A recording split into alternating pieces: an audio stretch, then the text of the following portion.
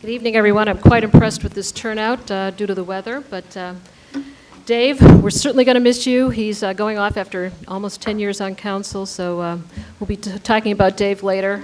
Tom Getzendanner is out of town, but he's also going off.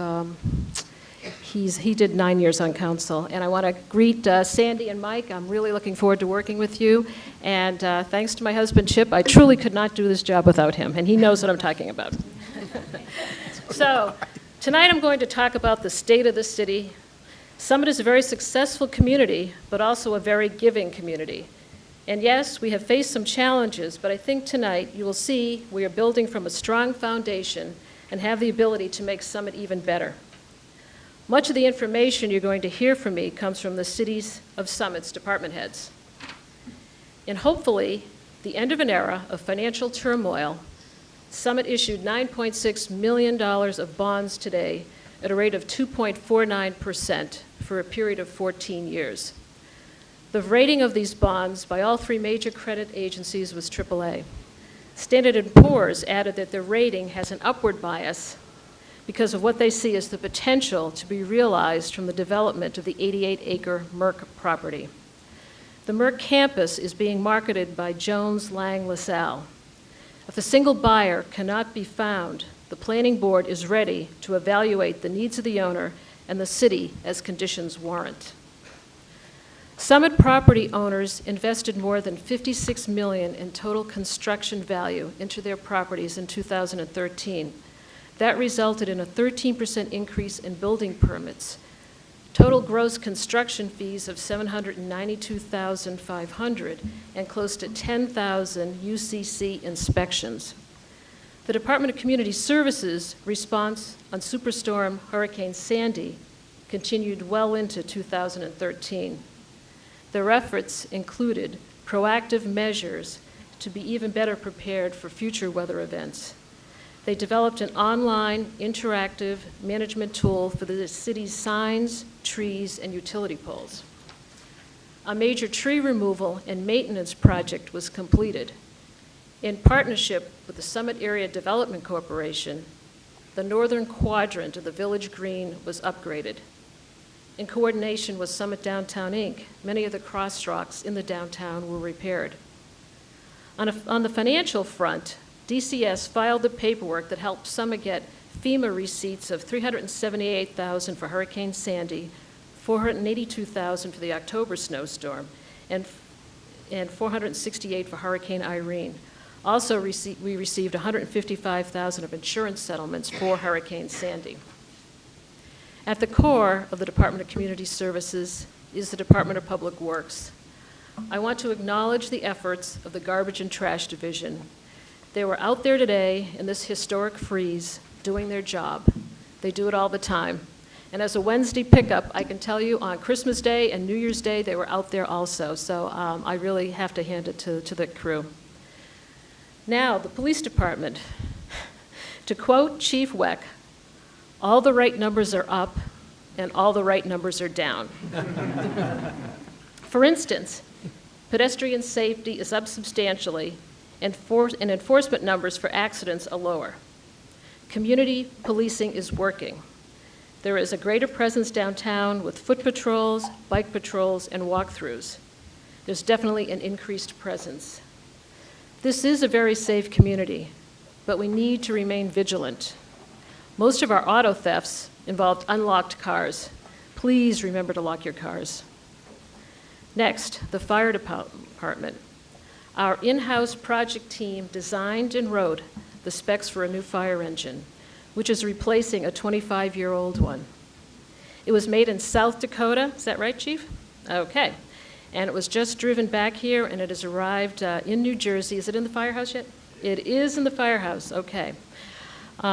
So we come on over and take a look. Our project team is working with design professionals on plans for a new fire station. Parts of the current station are over 100 years old. Of course, our fire department and police department support each other and have provided increased training and equipment to Summit's first responders. Our combined with dispatch with New Providence is expected to be operational by July 1st. The Department of Community Programs continues to share the fun and received many accolades this year. For instance, New Jersey Parks and Recreation Association named Mark Ozarowski Professional of the Year. Screen on the Green got their award for Event of the Year, and the website was named Electronic Media of the Year. Regarding downtown, it is arguably one of the top attractions of Summit. It has an authentic look, walkable scale, and a variety of offerings, but it can be even better. That is the intention of the downtown planning study, and the recommendations will be an important blueprint for action for the Planning Board and Council during 2014. Summit received transit-oriented development status in 2013 from the state of New Jersey. This may qualify us for additional grants. The redesign of the 3 DeForest parking lots was awarded second place for construction management projects and a statewide competitive evaluation by the New Jersey Society of Municipal Engineers. The redesign helped space get freed up for shoppers, and the lots pay for themselves. You should know that Summit Downtown, Inc., the managing body for the Special Improvement District, voted in favor of a new parking garage. The need for more parking should become more apparent as the Bagel Chateau and Infinity dealership properties are developed. To improve communications, we have added a communications specialist. Amy Harrison is temporary, part-time communications specialist for Summit. She works about 15 hours each week, and her duties include evaluating our existing communications program and recommending improvements. Other responsibilities include establishing a process for use of social media, updating the city website and social media sites, and development of an overall communications plan. On a personal note, she has been very helpful to me. The Board of Education, I see the superintendents here. This year we thanked George Lukács for his many years of service. He was president of the board. In his place, I appointed James Freeman, who brings a fresh perspective. The Board of School Estimate approved a $17 million spending plan that will improve facilities, including additions to Franklin and Jefferson schools, as well as science labs and improvements to the auditorium for the Lawton C. Johnson Summit Middle School. These projects have gone out to bid and are projected to start soon.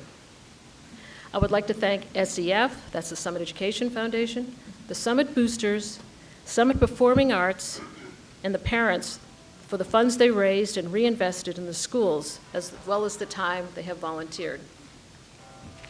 A vote was taken regarding instituting full-day kindergarten. It was voted down. I want you to understand why. There are many pressures on the school budget because of the 2% cap. Increased enrollment and other pressures like state mandates and efforts to improve security. Still, it was not just a financial decision. There are many alternative programs that already exist in Summit. They are part of the fabric of our community. These programs are run by our churches and temples, the Connection and other charitable organizations, as well as our private schools. These entities have invested their resources in Summit and the Summit community. They already give Summit a diverse, flexible offering of kindergarten programs. Unfortunately, the Connection lost about $250,000 of funding and had to lay off 4 employees when the Board of Ed started a pilot tuition-based full-day kindergarten program and took a couple of the classrooms. The library has a new head, Susan Permahose, and she is completing her first year. She has restored Thursday evening and Sunday hours, restarted Friends of the Library, and added many new offerings, including a big expansion of ebooks and 16 electronic magazines. The library has issued a survey to better serve the community. Please take the time to fill it out on www.summitlibrary.org.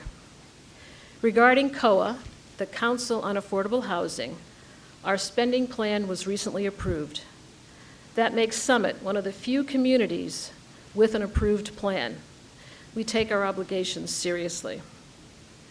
A relatively new effort, the Summit Conservancy, was founded and became a 501c3. It hopes to support the Summit Free Market with a permanent structure at the transfer station, and eventually help support the development of the Passaic River Trails project, along with other projects. Eagle Scout William Stewart has been working on the trails and has built a bird viewing area. The Summit YMCA received a grant to help establish the community garden effort. It was hugely successful. Overlook Hospital donated the land. This coming growing season, we will have to allocate lots by lottery because of greater interest. We are hoping to find additional locations.